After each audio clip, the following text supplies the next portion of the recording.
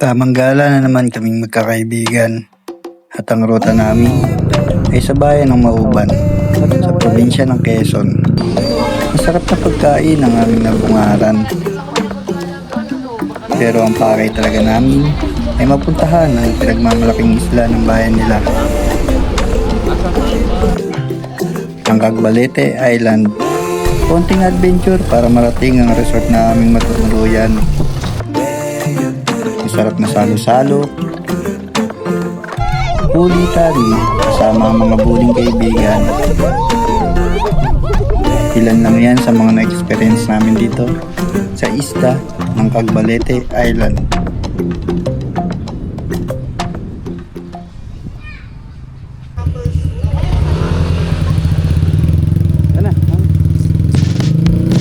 Alas 4 ng umaga ang aming naglausakan para sa aming take-off. Pero dahil maulan, natilay ang aming pag-alis. Sa pamina namin dinaanan ng mag-asawang Bebot at Mitch. Maulan eh. Habang sa pagsanga naman, nagantay si Kevin at ang asawa niya. Saan mag-aantay sila, Kevin?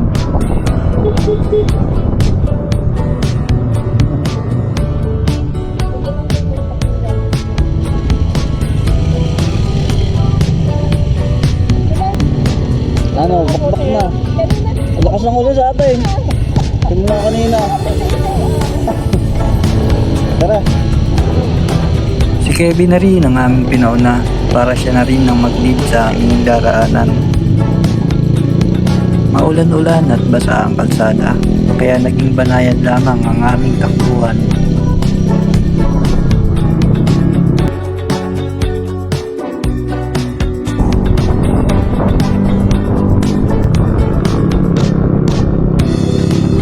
Maliwanag na rin ang marating namin ng bayan ng Lukban.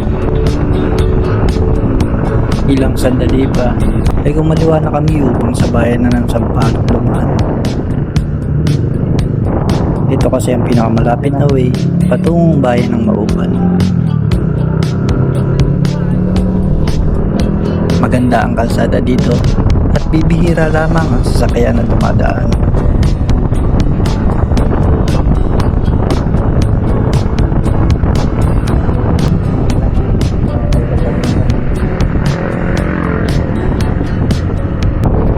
Paglampas namin ng Kabayanan ay sinalubong na kami ng napakalakas na ulan. Pero hindi nagtagal ay nagpakita din si Haring Araw.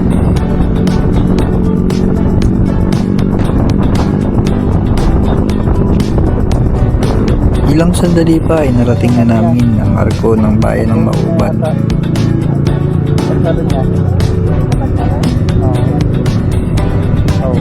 Kanina wala yan eh. At dito na rin kami naganap ng aming makakainan. Ayun na mami, ayun. Ayun. Ito oh.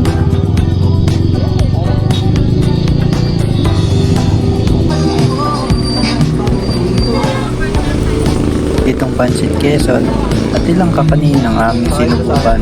Ano ba ito? Masarap na at mura pa ang mga pagkain tinitinda nila.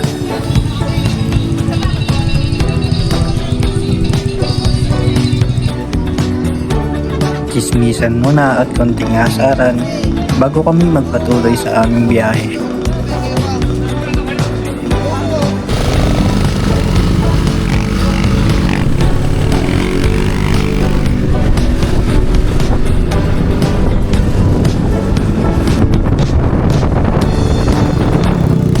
Ilang minuto pa ay narating na namin itong tambayan sa tabi ng dagat.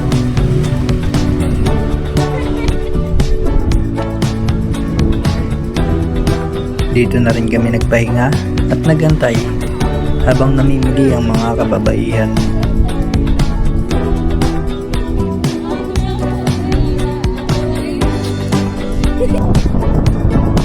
Pagkatapos ay agad kami dumiretso sa pier para naman mag-register at magbayad ng mga dapat bayaran.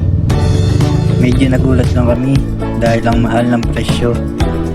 ng parking nila sa motor. 200 isa?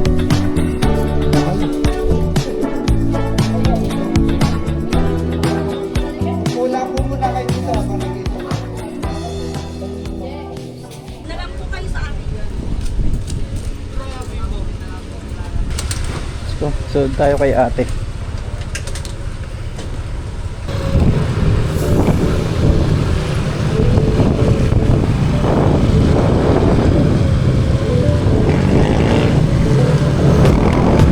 Ayan, so pupunta kami sa parking. Ang parking ni ate. Ang mahal ng parking dito, grabe. 200 isang motor. Hindi parang sa ibang sa ibang pier. Tapos ang layo pa. Kumbaga siguro ipapasa lang din kami ni ate sa parking. Pero safe naman daw.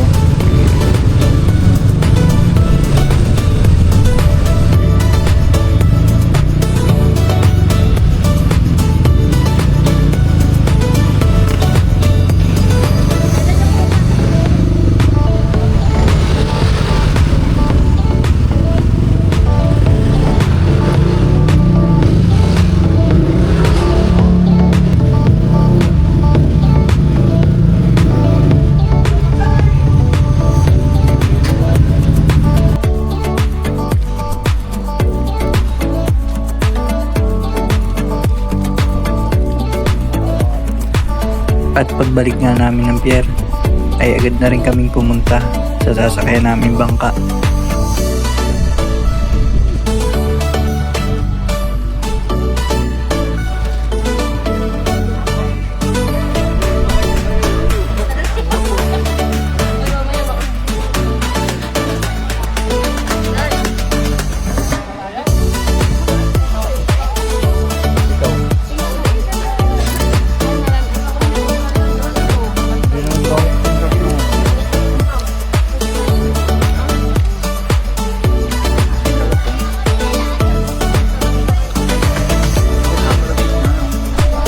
Maya-maya pa ay naganda na ang lahat dahil aalis na ang bangka.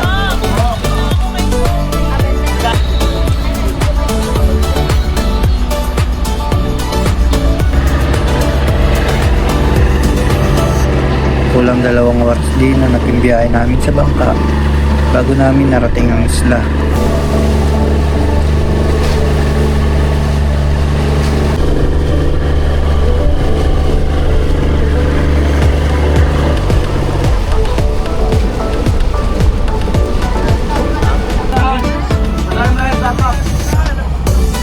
Bababa na kami.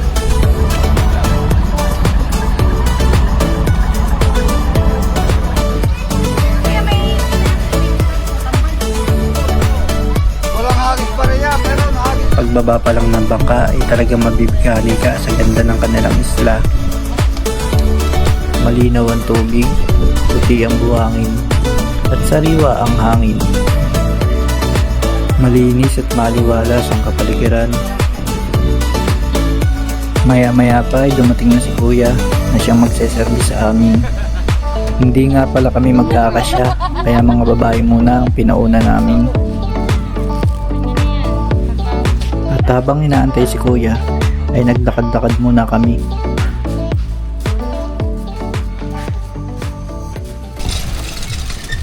Di rin nagtagal, nakabalik na rin si kuya para kami naman ang sunduin.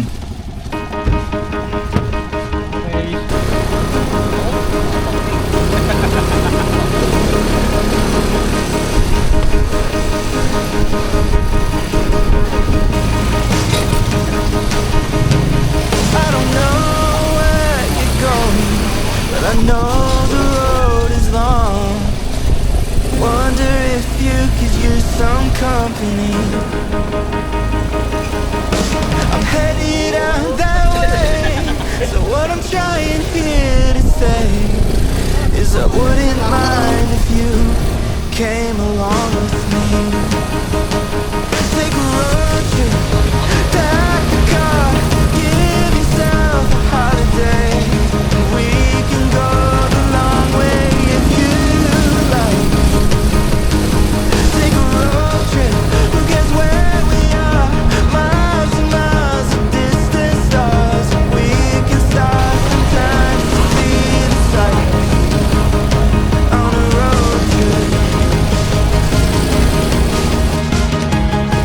Sa wakas, narating na rin namin ang resort na tutuluyan namin. I don't know if we'll make it. At ito nga pala yung bubong tutuluyan namin. Tama-tama lang para sa bilang namin. 6 sa itaas at 6 din sa ibaba. At ito naman ang beach front ng resort. Kevin, kaya dito may magandang spot.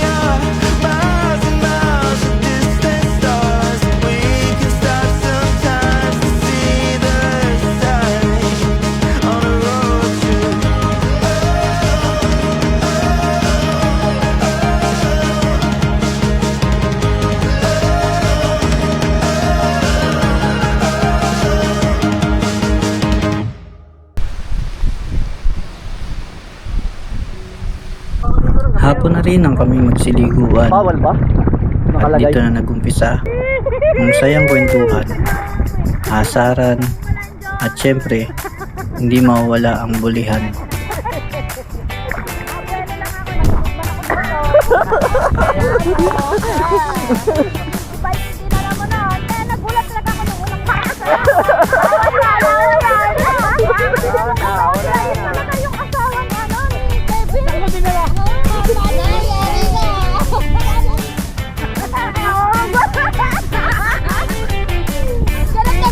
Pero tingnan niyo yung picture niya sa amin kanina.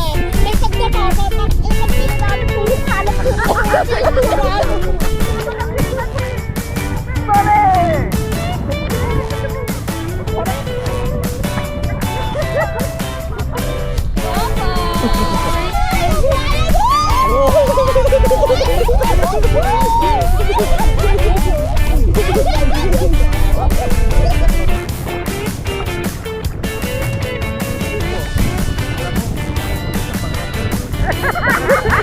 At pagkatapos naming maligo, ay sabay-sabay na rin kaming kumain ng aming hapunan.